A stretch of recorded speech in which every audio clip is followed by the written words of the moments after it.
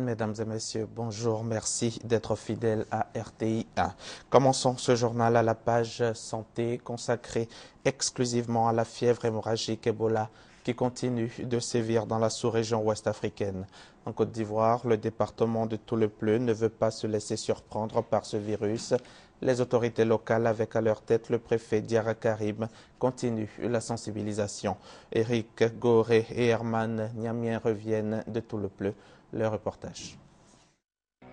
Situé à 20 km du Libéria, le département de Toulepleu est aussi menacé par la fièvre d'Ebola qui sévit déjà dans ce pays frontalier à la Côte d'Ivoire. Ici, les dispositions sont prises, les habitudes alimentaires ont changé. Les populations disent respecter les consignes du gouvernement. Avant de manger, d'abord je lave la main, je contrôle la nourriture que je dois manger dans les restaurants quand je sors hors de Toulepleu. Quand je m'en vais au dehors, je salue les gens. Quand je reviens à la maison, je lave ma main avec savon. Le directeur départemental de la santé, quant à lui, rassure et met fin aux rumeurs qui font croire que l'Ouest est touché par cette maladie. La fièvre Ebola est effectivement à notre porte, puisque deux pays limitrophes sont touchés, que sont la Guinée et le Libéria. Mais pour le moment, ce que nous pouvons dire, en Côte d'Ivoire, il n'y a pas encore eu de cas. Le préfet du département, Diarra Karim, a fait fermer 2 marchés et installer un poste de contrôle avancé sanitaire pour filtrer toute entrée sur le territoire national.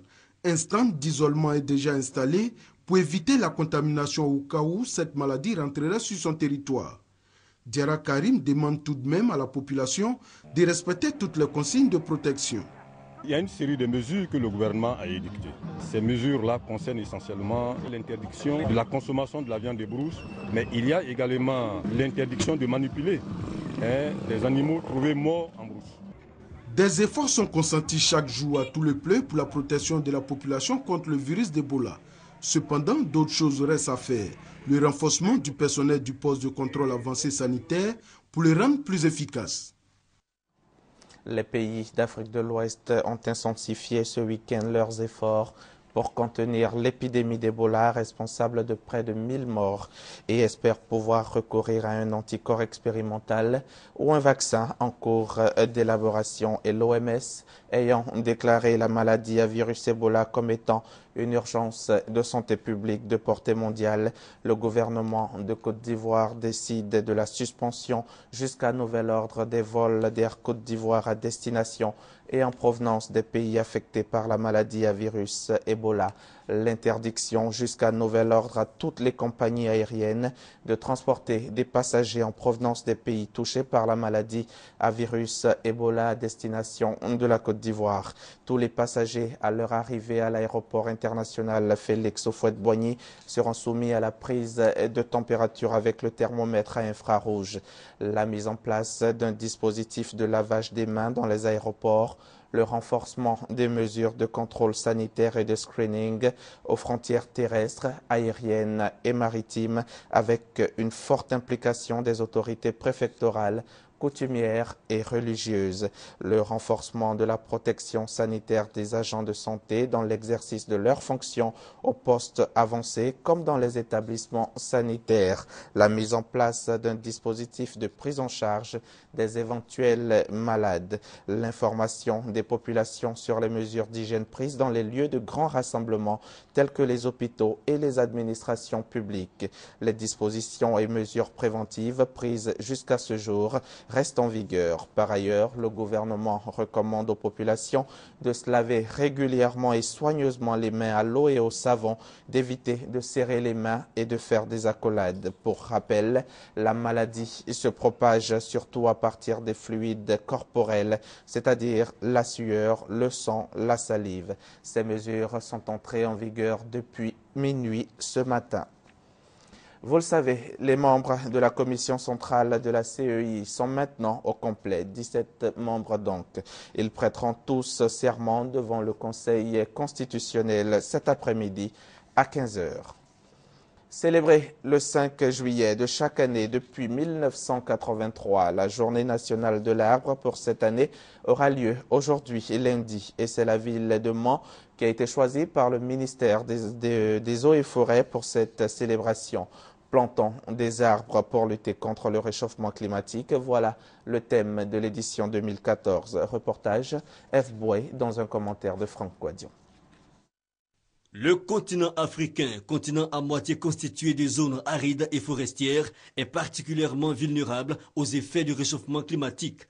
La Côte d'Ivoire n'y échappe pas et les défis à relever, surtout dans le secteur forestier, sont nombreux.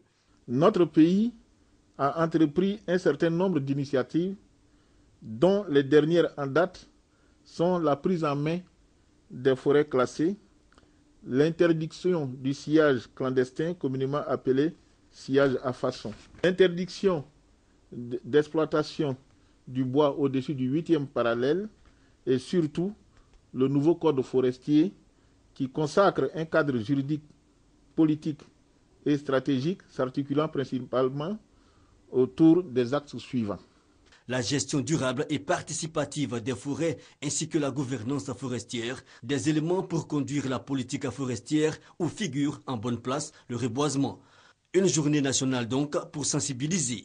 Cette journée m'offre donc l'opportunité d'inviter l'ensemble de la communauté nationale à prendre des initiatives concrètes pour reconstituer le couvert forestier par la mise en défense, la plantation d'arbres et une utilisation rationnelle des ressources forestières. Objectif, obtenir la participation de tous les acteurs et les collectivités. L'édition 2014 de la Journée nationale de l'arbre sera marquée par des actions pratiques de planting d'arbres à travers le pays. Mans a été cette année choisi par le ministère des Eaux et Forêts. Thème retenu, plantons des arbres pour lutter contre le changement climatique. Faisons maintenant un tour à l'ISTC, l'Institut des sciences et techniques de la communication, pour prendre part aux journées du communicateur. Et c'est avec Patricia Omouetia. La journée du communicateur constitue une opportunité pour les étudiants de l'ISTC en fin de cycle. Pour les responsables de l'établissement, c'est l'occasion pour eux d'exposer leur savoir-faire aux décideurs et au grand public. Saluer la décision de ceux et de celles qui, après une journée de travail, s'invitent dans une école pour apprendre. En presse écrite, ils ont traité SOS, la lagune se meurt, un sujet d'actualité. Nous tous, nous constatons qu'aujourd'hui, la lagune a un problème. L'ISTC permet au travers des JICOM de démontrer qu'elle base 80% de son travail sur la pratique et 20% sur la théorie. Les pratiques professionnelles que nous avons effectuées pendant 2 mois nous ont mis en situation réelle d'entreprise. C'est une joie pour nous de pouvoir participer à ces journées du communicateur. Premier essai, nous pouvons dire coup de maître. Nous espérons améliorer certaines choses encore. Pour les représentants des ministres de la communication et celui de l'emploi, des affaires sociales et de la formation professionnelle, l'enjeu est de faire en sorte que l'ISTC mette sur le marché des professionnels.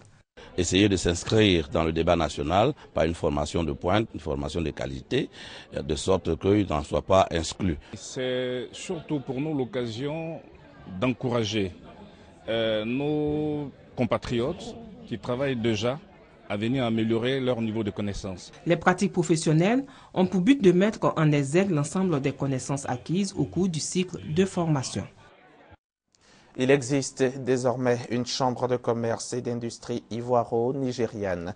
Les 2 pays, la Côte d'Ivoire et le Nigeria, ont procédé à son installation le vendredi dernier. Cette chambre de commerce et d'industrie permettra de renforcer leurs relations commerciales, le Nigeria étant le premier partenaire africain de la Côte d'Ivoire.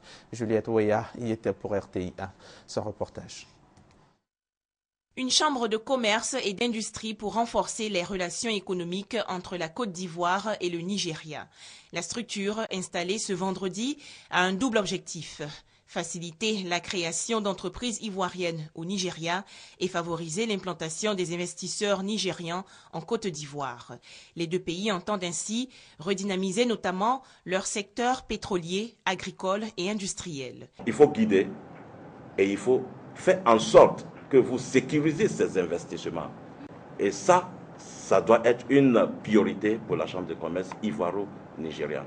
Le Nigeria étant le premier partenaire africain et le 3e partenaire mondial de la Côte d'Ivoire, les opérateurs économiques ivoiriens et nigérians ont salué l'installation de cette chambre de commerce et d'industrie.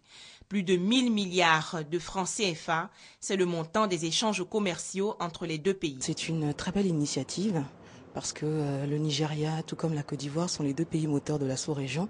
Donc il est important que le partenariat, les relations économiques entre ces deux pays puissent être concrétisées via l'installation d'une institution comme celle-ci. C'est un projet très très bien parce que ça va nous permettre d'avoir l'idée de tout ce qui se passe entre Nigeria et Côte d'Ivoire et aussi chercher des informations sur les sociétés nigériennes en Côte d'Ivoire et vice-versa. Le conseil d'administration de la Chambre de commerce et d'industrie ivoiro-nigériane est composé de 13 membres, dont 5 Ivoiriens. Hors de chez nous, aux États-Unis, où un café biologique d'Éthiopie est à l'assaut du marché américain. Cette odeur, il ne s'en lasse pas. Celle du café d'Éthiopie, son pays natal. Quand j'ai vu les produits des fermiers pour la première fois là-bas, je me souviens avoir tenu les graines dans mes mains et d'avoir senti le café. Et je me suis dit, un jour, je verrai ça de l'autre côté, une fois que j'aurai lancé mon business. Tebabou Assefa a tenu parole. Éthiopien, il a fui son pays pendant la guerre civile et s'est réfugié aux États-Unis. Il y a 3 ans, il a fondé une marque de café biologique et équitable. La compagnie achète ses grains de café directement à un réseau de producteurs éthiopiens, des fermiers aux méthodes de ramassage traditionnelles. La torréfaction a ensuite lieu dans l'entreprise aux États-Unis. Des choix coûteux qui se répercutent sur le prix du paquet, 15 $ tout de même. Mais en se passant d'intermédiaire, la marque augmente ses profits. Au début, c'était difficile d'expliquer aux gens que nous ne sommes pas une ONG. Nous sommes un business qui fait du social. Un business social qui renvoie la moitié de ses bénéfices vers ses producteurs en Éthiopie. Leurs fermiers sont payés 5 fois plus que les autres. La marque commence à se faire connaître auprès des Américains, fervents amateurs de café. C'est incroyable comme l'humanité réagit face à cette boisson. Elle vous fait vous asseoir, elle vous fait partager, elle vous fait ouvrir votre cœur, elle vous fait communier. Elle crée une expérience de société. Des valeurs chères à la compagnie qui veut s'implanter à travers tous les États-Unis. Avec un slogan déjà trouvé, un café, une conversation. Au Niger et au Burkina Faso, environ 6 millions de personnes sont menacées par la crise alimentaire. À Nangrin, situé à seulement 7 km de Ouagadougou, la capitale du Burkina Faso, comme dans la plupart des villages du Sahel, il a fallu attendre la fin du mois de juillet pour semer le mil. Le ciel a tardé à ouvrir ses vannes, confirmant malheureusement les prévisions météorologiques qui annonçaient des précipitations déficitaires sur la majeure partie de la région. Malheureusement, on est en train de tendre vers l'aspect déficitaire plutôt de la campagne. Je crains que nous n'ayons à régler les problèmes de la campagne passée, mais aussi les difficultés de la campagne en cours que nous voyons avec beaucoup d'inquiétude. Cette situation tombe au plus mal. La région fait déjà face à une crise alimentaire qui touche plus de 6 millions de personnes. Au cours d'une réunion d'urgence organisée récemment à Ouagadougou, les 8 pays membres de l'UEMOA, tous touchés par cette crise, ont évalué à plus de 100 milliards de francs CFA les besoins financiers pour prendre en charge l'ensemble des populations concernées. Nous avons reconstitué nos stocks de sécurité alimentaire. Nous avons fait un certain nombre d'actions de soutien à la production agricole et nous nous préparons vraiment pour déployer le plan de résilience au cas où la situation allait vraiment de mal en pis. Il est à craindre que cette crise ne s'installe durablement. Et puis, au Cameroun, de nombreux réfugiés continuent chaque jour d'investir les camps qui pourtant refusent déjà du monde. Dans ce camp situé à l'est du Cameroun, s'entassent près de 14 000 Centrafricains. Beaucoup de femmes et d'enfants, à majorité musulmane, qui tentent de recréer un semblant de vie après avoir frôlé la mort, comme cette mère de famille qui a fui Bangui et la violence des groupes armés. Nous sommes arrivés il y a 3 mois. On n'est pas trop mal installés et nos conditions de vie s'améliorent.